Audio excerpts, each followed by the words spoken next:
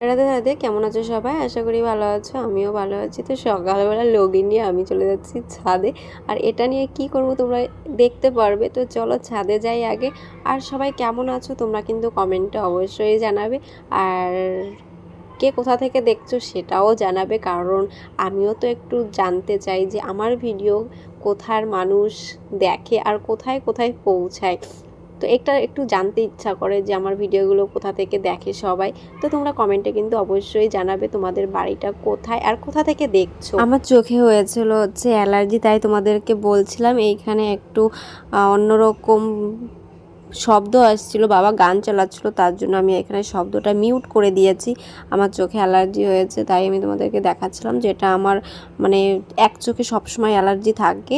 আর কিছু একটা খেলে বেগুন টেগুন তখন তো আরও প্রচণ্ড পরিমাণে অ্যালার্জি উঠে যায় আমার চোখে। এইখানে দেখো আমাদের গাছে না একটা পেঁপে হয়েছে, এত উঁচুতে পেঁপে গাছগুলো, মানে এত লম্বা হয়ে গেছে যে আমি নিচে থেকে নাগুলি পাই না। মনে হচ্ছে কি আমি বাঁশের মতন যদি লম্বা হতে পারতাম তাহলে বেশ ভালো হতো, কিন্তু বাঁশের মতো লম্বা কিভাবে হবো বলো?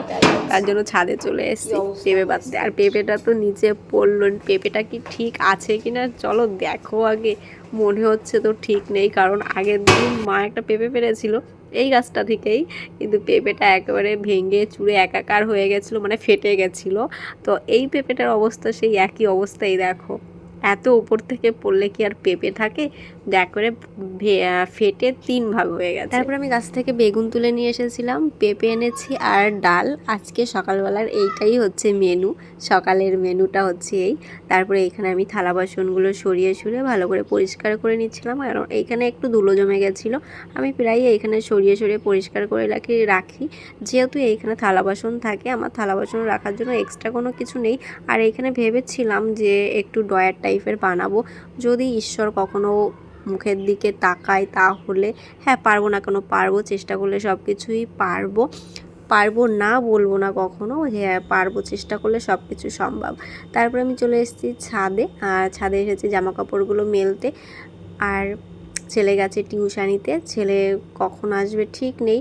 তো ভাবলাম যে চলো এখন একা একা ফ্রি আছি, তখন কাজগুলো সেরেই নিই। আর ছেলে বাড়িতে থাকলে সব সময় ছেলের সঙ্গে আমার মানে কি মাথা খারাপ হয়ে যায় ঝগড়া করতে করতে ছেলের সঙ্গে। আর আমার শাশুড়ি মা বলে এই মা ছেলে যে সারাদিন এত ঝগড়া করে কেন বুঝি না। আসলে কি বলো তো, আমার ছেলেটা বই পড়তে চায় না। সবসময় বলি বাবা বই পড় বই পড়।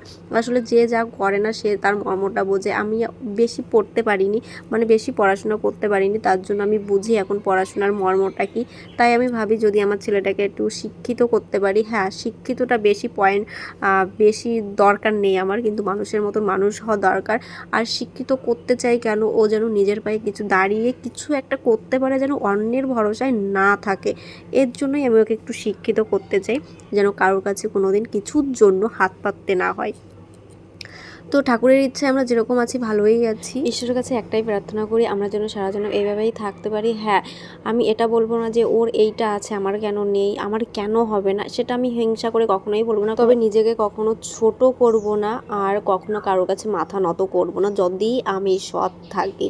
আমি অসৎ পথে কিছুই করতে চাই না, সেটা আমি সঠিক পথে থেকেই করে দেখাবো। এমন কাজ করতে হবে যে মানুষ আমাকে দেখে হিংসা করবে, আমি মানুষকে দেখে হিংসা করব না। মানুষ আমাকে দেখে হিংসা করবে, আমাকে দেখে জ্বলবে, তবেই তো না আমি উন্নতি করতে পারবো, তাই না? তবে হ্যাঁ, আমাদের দেখে অনেকে হিংসা করে, জ্বলে, জেলাস ফিল হয়, আমি বুঝতে পারি সব কিছুই। কিন্তু কি বলো তো, নিজে বলে প্রকাশ করে অন্যের কাছে খারাপ হয়ে যাওয়ার কোনো দরকারই নেই, এটা আমরা মানি। তবে আমরা আমাদের মতন থাকি, কে কী করলো না করলো সেটা দেখে লাভ নেই। আর অন্যের সংসারে গিয়ে নিজে পরামর্শ দেওয়া, এটাও আমাদের কোনো দরকার নেই। আমরা আমাদের মতন থাকতে চাই, অন্যেরা অন্যদের মতন থাকুক। কে কার প্রশংসা করলো, কে কার সর্বনাশ করলো, এটা দেখে আমাদের লাভ নেই। তো চলো, অনেক জ্ঞানের কথা বলা হয়ে গেল। তো এখানে এসছি এখন আমি হচ্ছে আমার উনুনটা লেপতে। দেখলেই তো আমার সকালবেলা থেকে কি কি কাজবাজ থাকে, এটা হচ্ছে প্রতিদিনের কাজবাজ আমার, যেটা তোমাদের সঙ্গে শেয়ার করি। হ্যাঁ, হয়তো তোমরা দেখতে দেখতে বোর হয়ে যাও যে একই ভিডিও বারবার একই কাজবাজ তোমাদেরকে দেখাই। জানি না তোমাদের কেমন লাগে, তোমরা অবশ্যই আমাকে কমেন্টে জানিও যে তোমাদের কেমন লাগে।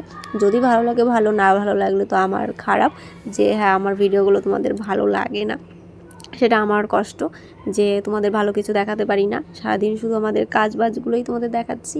তো এইখানে আমি এখন আমার উনানটা লেপে নিচ্ছি। আর দিদিমা তো ঘরে গেল, কারণ কি বলো তো এখন জল এসছে, দিদিমা জল তুলবে আর দিদিমা পাগল হয়ে যায় যদি জল আসে, তার জন্য। আর এখানে একটু অন্ধকার দেখা যাচ্ছে কেন বলো তো, আমার এইখানে একটু রৌদ্র পড়েছে ক্যামেরার সামনে, তার জন্য একটু অন্ধকার দেখাচ্ছে।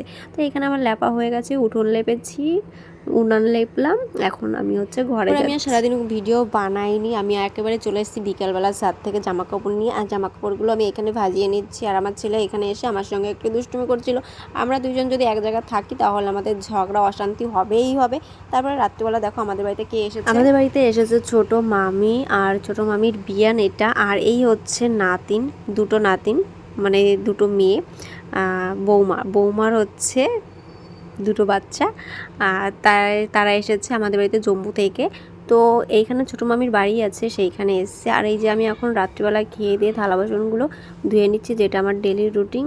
আমরা রাত্রিবেলা খেয়ে টেয়ে থালা বাসনগুলো সুন্দর করে ধুয়ে মেজে রাখতে হয়। চলো ভিডিওটা আর বড় করছি না, ভিডিওটা যদি ভালো লাগে like comment share and subscribe করে দিও। যারা ফেসবুক থেকে দেখছো তারা ফলো করে নিও, আর নেক্সট ভিডিওর জন্য অপেক্ষা করো। তাদের সময় সবাই ভালো থেকো, সুস্থ থেকো, টাটা।